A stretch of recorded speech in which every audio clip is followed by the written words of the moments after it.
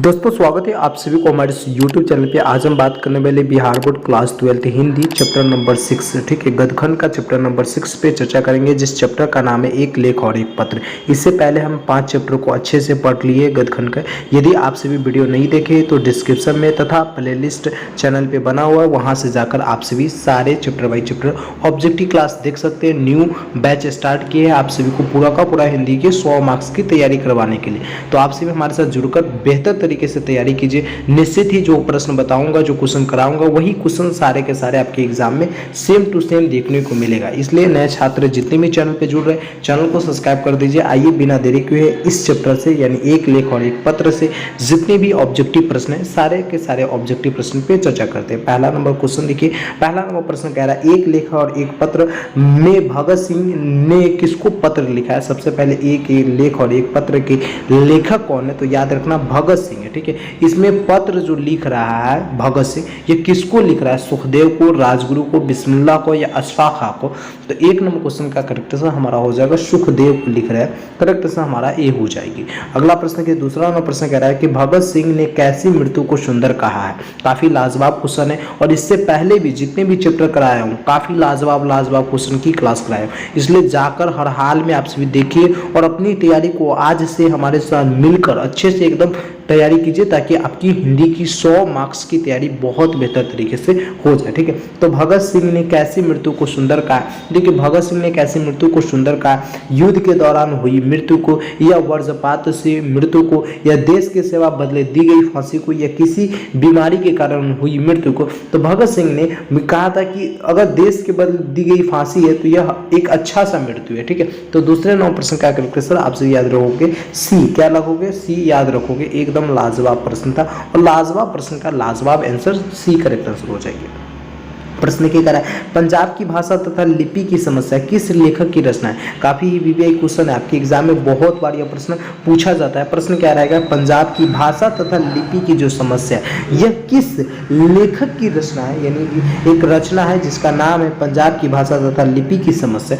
तो यह जो रचित है यानी यह इसके रचनाकार पूछे तो हमारा करेक्ट आंसर हो जाएगा ये, भगत सिंह ने इसका रचनाकार है, भगत सिंह ने इसका यानी रचित किया था, रचना किया था। करेक्ट आंसर हमारा ए हो जाएगी। अगला प्रश्न चौथा नंबर प्रश्न देखिए, काफी लाजवाब प्रश्न है। इस चैप्टर से टोटल हम प्रश्न देखने वाले 32 प्रश्न जो काफी वीवीआई क्वेश्चन है, इसलिए आप सभी बड़े ही ध्यान से अच्छे से वीडियो देखिए। एक एक प्रश्न पे हम अच्छे से चर्चा भी करेंगे। जहां पे आपको नहीं समझ में आप सभी कमेंट बॉक्स में या लाइव चैट खुला रहे तो लाइव चैट में आप सभी पूछिएगा, मैं आपके हर एक सवाल का भी जवाब दूंगा, ठीक है। यहाँ पे देखिए करें एक लेख और एक पत्र के रचनाकार कौन है। पहले ही नंबर क्वेश्चन पे मैंने बता दिया कि एक लेख और एक पत्र के जो रचनाकार है न नाववर सिंह है, न मोहन राकेश है, न रामधारी सिंह दिनकर है, कौन है तो भगत सिंह है। करेक्ट आंसर हमारा सी हो जाएगी, ठीक है।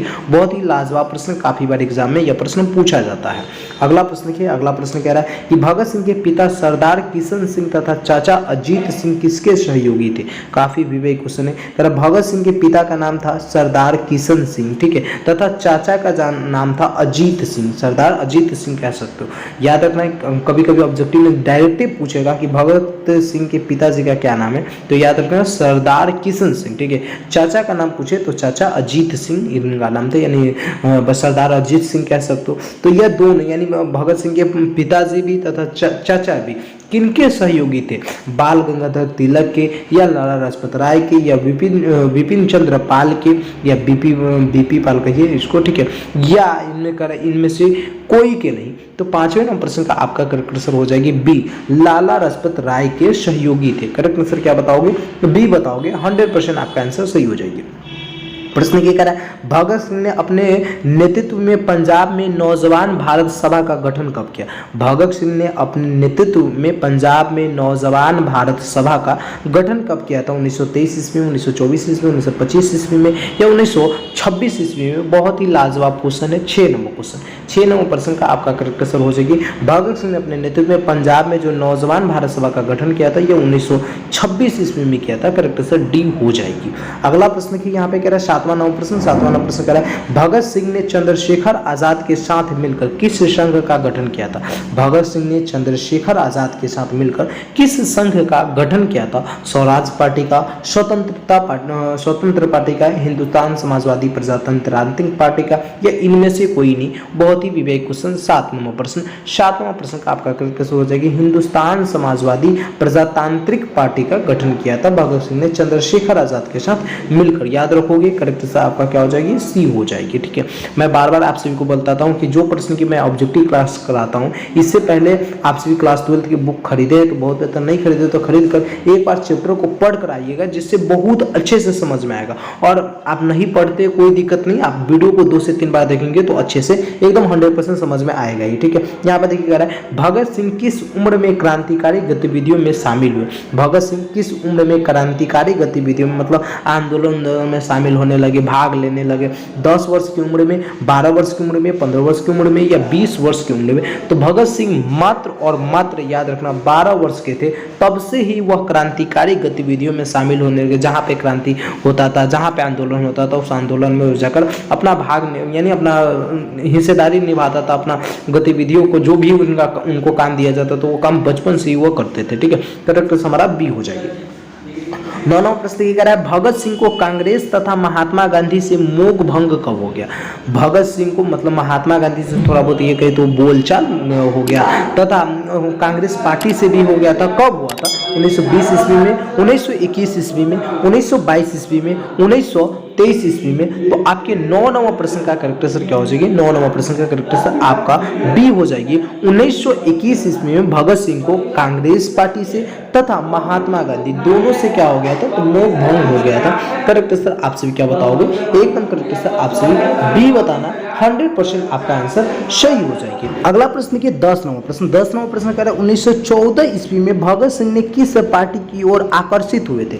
काफी बार यह प्रश्न आपके एग्जाम में पूछा जाता है। ठीक है, टेस्ट उस्ट में काफी बार यह प्रश्न पूछा जाता है कि भगत सिंह 1914 ईस्वी में कौन से ऐसे पार्टी थे जिसके ओर वो आकर्षित हुए थे। आकर्षित मतलब समझ रहे हो ना, हम किसी के चेहरे के देख कर आकर्षित हो जाते, या हम किसी की बातों को सुनकर वह बात जब अच्छा लगने लगता तो हम उनकी तरफ आकर्षित हो जाते। इसी प्रकार से भगत सिंह जी भी 1914 ईस्वी में कौन से पार्टी की ओर वो आकर्षित हो रहे थे। नेशनल पार्टी बिल्कुल नहीं, स्वतंत्र पार्टी बिल्कुल नहीं, राष्ट्रवादी पार्टी बिल्कुल नहीं, गद्दार पार्टी। याद रखना, गद्दार पार्टी की ओर वह आकर्षित हो रहे थे। करेक्ट आंसर हमारा डी हो जाएगी। प्रश्न 11वां प्रश्न की कह रहे चौरी चौरा कांड कब हुआ था। काफी बार यह प्रश्न आप सभी क्लास 10th में भी पढ़े होंगे कि चौरी चौरा का कांड कब हुआ था। बहुत ही विवेक क्वेश्चन है, बहुत ही विवेक क्वेश्चन है, हमेशा के लिए विवेक क्वेश्चन है। ऐसा नहीं कि आपके एग्जाम के लिए या हमेशा के लिए, क्योंकि ऐसे कुछ ऐसे प्रश्न होते हैं जो आपके एग्जाम में हमेशा पूछा जाता है, कोई ना कोई एग्जाम में या किसी कंपेटिटिव एग्जाम में प्रश्न पूछा जाता है। तो चौरी चौरा कांड कब हुआ था, याद रखना। चौरी चौरा जो कांड है ये 1922 ईस्वी में हुआ था। कब हुआ था, 1922 ईस्वी में चौरी चौरा की कांड हुआ था। करेक्ट आंसर हमारा सी हो जाएगी। अगला प्रश्न के 12वां प्रश्न कह रहा है भगत सिंह की शहादत कब हुई, मतलब भगत सिंह शहीद कब हो गए। भगत सिंह को फांसी की सजा कब दिया गया। प्रश्न कई तरीके से पूछा जा सकता है। यहाँ पे पूछा हुआ है भगत सिंह की शहादत कब हो गई, एक प्रश्न यह पूछने का तरीका है। दूसरा प्रश्न पूछ सकता है भगत सिंह को फांसी की सजा कब दिया गया। तीसरा प्रश्न पूछ सकता है भगत सिंह को शहीद कब कर दिया गया या शहीद कब हुए। तो प्रश्न वही रहेगा, सॉरी प्रश्न यानी प्रश्न को पूछने का तरीका अलग अलग रहेगा, लेकिन आंसर एक ही होगा। ठीक है, तो आंसर एक क्या होगा आप सभी को बखूबी याद होगा। 23 मार्च 1931 ईस्वी को, 23 मार्च 1931 ईस्वी को भगत सिंह क्यों शहादत कर दिया गया, यानी शहीद कर दिया गया था, फांसी की सजा सुनाया गया था। अगला प्रश्न कह रहा है भगत सिंह गणेश शंकर विद्यार्थी द्वारा निकाली जाने वाली किस पत्रिका से जुड़े थे। भगत सिंह गणेश शंकर विद्यार्थी द्वारा निकाली जाने वाली एक पत्रिका था, वो कौन सा पत्रिका था जिससे भगत सिंह भी जुड़े हुए थे। प्रताप था, दिनमान था, संघर्ष था, या इनमें से कोई नहीं। तो गणेश शंकर विद्यार्थी, याद रखोगे गणेश शंकर विद्यार्थी आए तो हमेशा आप सभी प्रताप लगाना, क्या लगाओगे, प्रताप पत्रिका। करेक्ट आंसर आपका ए हो जाएगी। अगला प्रश्न को लाजवाब प्रश्न पूछा गया। प्रश्न क्या पूछा गया कि भगत सिंह के पिता का क्या नाम था। भगत सिंह के पिता का क्या नाम था। देखिए बोले थे ना, आप सभी को अभी जस्ट पढ़ा रहे थे तो मैंने बोला था कि यह प्रश्न पूछा जाएगा कि भगत सिंह के पिता का क्या नाम है। आप सभी को बखूबी याद है, सरदार किशन सिंह। क्या बताओगे, भगत सिंह के पिताजी का क्या नाम था, सरदार किशन सिंह भगत सिंह के पिताजी का नाम था। करेक्ट आंसर आपका बी हो जाएगी। प्रश्न यहाँ पे देखिएगा, एक लेख और एक पत्र शीर्षक पाठ क्या है। एक प्रकार का ऐतिहासिक पत्र है, या संस्मरण है, यह कहानी है, यह कविता बनता है? बहुत ही लाजवाब क्वेश्चन। करेक्ट आंसर हो जाएगी एक लेख और एक पत्र जो है ये ऐतिहासिक पत्र है, एक प्रकार का ऐतिहासिक पत्र है, ठीक है, जो सुखदेव को लिखा गया था। करेक्ट आंसर आपका क्या हो जाएगी? ए हो जाएगी। प्रश्न की यहाँ पे 16 नंबर प्रश्न, लाजवाब क्वेश्चन। 16 नंबर प्रश्न कह रहा है सन 1926 में भगत सिंह ने किस दल का गठन किया था? सन 1926 ईस्वी में भगत सिंह ने एक दल का निर्माण किया था, गठन किया था। वो कौन सा दल था? नव युवक संघ था, या नौजवान भारत सभा था, या नव युवक भारत सभा था, या नौजवान दल था? तो 16 नंबर क्वेश्चन का करेक्ट आंसर हो जाएगी नौजवान भारत सभा का गठन किया था। करेक्ट आंसर आपका क्या हो जाएगी? बी हो जाएगी। अगला प्रश्न देखते हैं। अगला प्रश्न को यहाँ पे 17 नंबर क्वेश्चन, 17 नंबर प्रश्न कह रहा है भगत सिंह को अपने लिए सजा के संबंध में क्या विश्वास था? यानी भगत सिंह को जब सजा, उनको पता चला कि उनको अब सजा मिलने वाला है, तो भगत सिंह को खुद में क्या विश्वास था कि हमें कौन सा सजा मिल सकता है? क्षमा मिल सकता है, यानी हमें माफ कर दिया जाएगा जो हम गलती किए। तो भगत सिंह को थोड़ा बहुत आंदोलन में कहा जाता है कि देखो अहिंसा और हिंसा में थोड़ा सा भगत सिंह जो थे ये हिंसा में विश्वास रखते, तो हिंसा ये थोड़ा ज्यादा करते थे, इसलिए जो गलती में पकड़ा गए थे।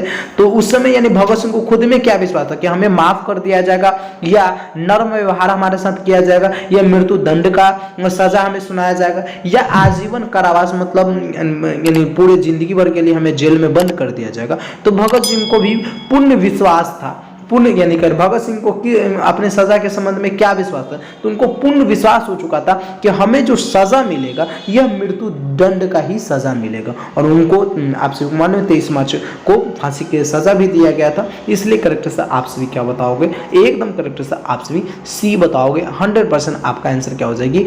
सही हो जाएगी। एकदम 23 मार्च 1931 ईस्वी उनको मृत्यु दंड की सजा, फांसी की सजा दिया गया था। यहाँ पे देखिए करा प्रिंस क्रोपोटकीन कौन था? प्रिंस क्रोपोटकीन जो था यह कौन था? अर्थशास्त्र का विद्वान था, राजनीतिक शास्त्र का विद्वान था, समाज शास्त्र का विद्वान था, इतिहास का विद्वान था। काफी विवेक क्वेश्चन है। प्रिंस क्रोपोटकीन कौन था? 18 नंबर क्वेश्चन का आपका करेक्ट आंसर क्या हो जाएगी? करेक्ट आंसर आपका ए हो जाएगी। अर्थशास्त्र का विद्वान था। क्या था? अर्थशास्त्र का विद्वान था। प्रश्न के करा भगत सिंह को फांसी की सजा कब दिया गया? बोले थे ना बाबू, प्रश्न पूछने का तरीका अलग रहता है लेकिन आंसर वही रहता है। शहीद वहां पर पूछा था, यहाँ पे फांसी दे दिया, ठीक है। कहीं पर पूछेगा कि भगत सिंह को सॉरी वहां पे शहादत था और यहाँ पे फांसी दे दिया, और कहीं पे पूछेगा शहीद कब हो गया, ठीक है। यानी इस प्रकार से क्वेश्चन पूछेगा, आंसर वही हो जाएगा। 23 मार्च 1931 ईस्वी को भगत सिंह को फांसी की सजा दिया गया था। करेक्ट आंसर आप सब क्या बताओगे? ए बताओगे। अगला प्रश्न के 20 नंबर प्रश्न करा भगत सिंह का संपूर्ण परिवार कैसा था? भगत सिंह का जो संपूर्ण परिवार था यह नौकरी पेशा वाला था, यानी सभी नौकरी करते थे, या उनके परिवार में सभी व्यक्ति वैज्ञानिक थे? तो बिल्कुल नहीं। सभी व्यक्ति व्यापारी थे? बिल्कुल नहीं। स्वाधीनता सेनानी थे? मतलब क्या? तो जितने भी आंदोलन होते थे स्वतंत्रता के लिए, उन सारे आंदोलन में इनके पूरे परिवार यानी जोर शोर से भाग लेते थे देश को बचाने के लिए, ठीक है। तो स्वाधीनता सेनानी थे। करेक्ट सर आप सभी क्या बताओगे? सी बताओगे। अगला प्रश्न के यहाँ पे 21 नंबर प्रश्न कह रहा है भगत सिंह ने अपने मित्र के साथ केंद्रीय असेंबली में बम कब फेंका था? भगत सिंह ने अपने मित्र के साथ केंद्रीय असेंबली में बम जो फेंका था यह कब फेंका था?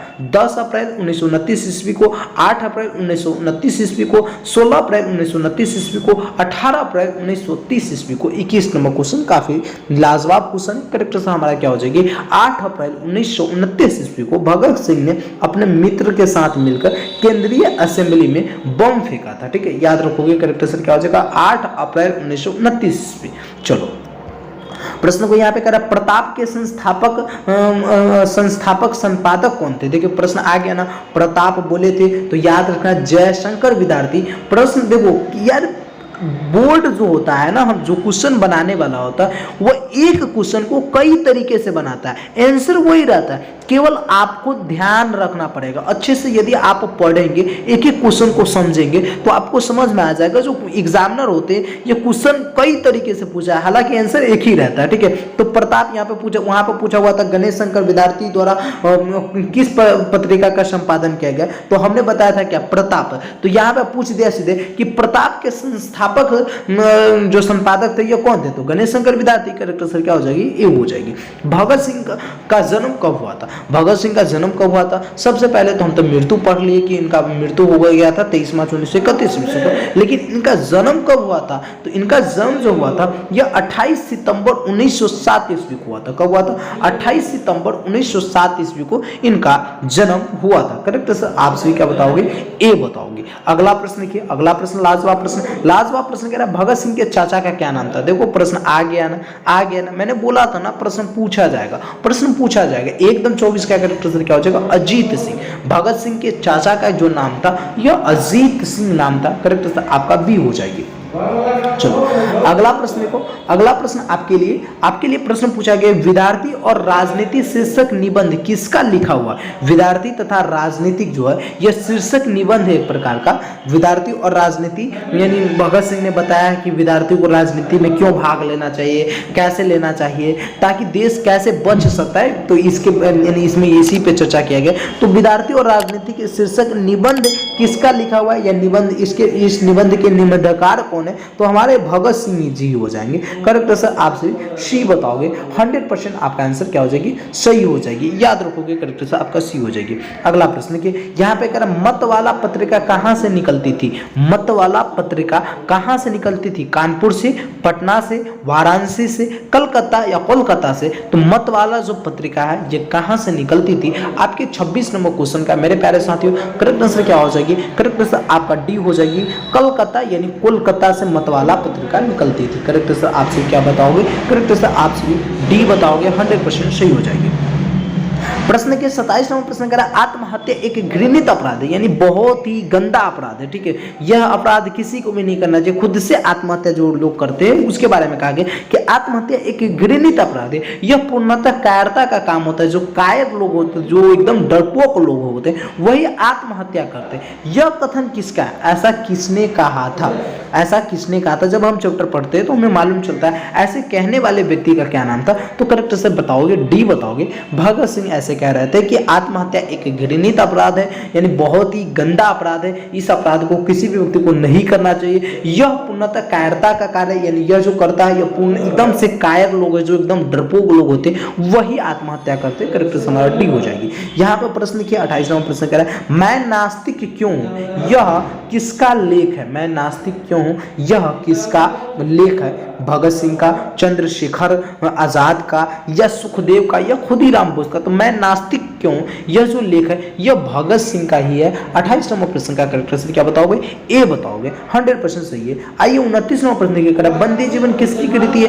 बंदी जीवन किसकी कृति है? तो बंदी जीवन भी जो कृति है यह सचिंद्रनाथ सैनाल की, किसकी है? सचिंद्रनाथ सैनाल की बंदी जीवन कृति है। ठीक है, इनके बारे में इस चैप्टर में चर्चा किया गया। तो बंदी जीवन जो कृति है यह सचिंद्रनाथ सैनाल की है। याद रखोगे, करेक्ट आंसर डी हो जाएगी। भगत सिंह नहीं होगा। ठीक है, ऐसा बहुत सारे बच्चे करते हैं कि चैप्टर में कहा गया तो भगत सिंह ही होगा, ऐसा नहीं है। यहाँ पे भगत सिंह नहीं, सचिंद्रनाथ सैनाल की है बंदी जीवन कृति। कुलबीर सिंह और कुलतार सिंह भगत सिंह के कौन थे?